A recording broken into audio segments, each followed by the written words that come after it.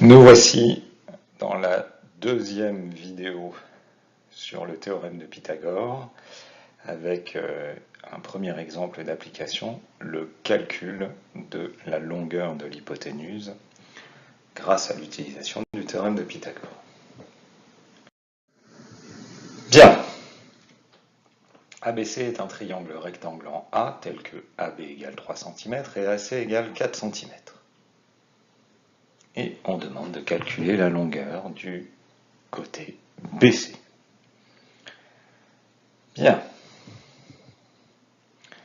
Pour cela, nous allons utiliser le théorème de Pythagore. Et pour avoir le droit d'utiliser le théorème de Pythagore, il faut d'abord préciser que on sait que le triangle ABC est rectangle. C'est important de préciser qu'il est rectangle en A, et bien parce que le fait de préciser qu'il est rectangle en A, ça nous donne immédiatement l'indication de l'hypoténuse. Si le triangle ABC est rectangle en A, ça veut dire que BC est son hypoténuse, bien sûr. Et donc, d'après le théorème de Pythagore, on a le carré de la longueur de l'hypoténuse, c'est-à-dire BC au carré, est égal à la somme des carrés des longueurs des deux autres côtés, c'est-à-dire AB au carré plus AC au carré. On a bien BC qui est l'hypoténuse et AB et AC qui sont les côtés de l'angle droit, les autres côtés. Bien, à partir de cette relation,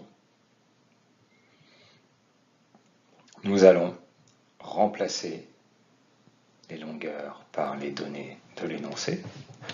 On a donc BC au carré qui est égal à 3 au carré, puisque AB fait 3, et AC au carré qui est égal à 4 au carré, puisque AC fait 4 cm. D'accord ?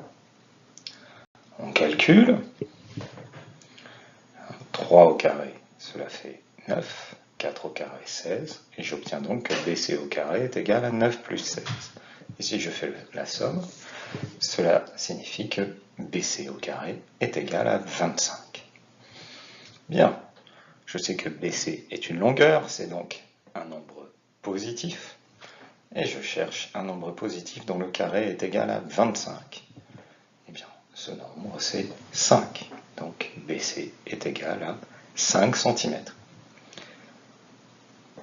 Éventuellement, si vous ne trouvez pas que le carré, enfin le nombre positif dans le carré est égal à 25 et 5, eh bien vous pouvez prendre votre calculatrice, taper racine carrée de 25 sur la calculatrice et vous obtenez bien que BC est égal à 5 cm. Et voilà, vous avez calculé la longueur de l'hypoténuse dans un triangle rectangle dont vous connaissiez la longueur des deux autres côtés.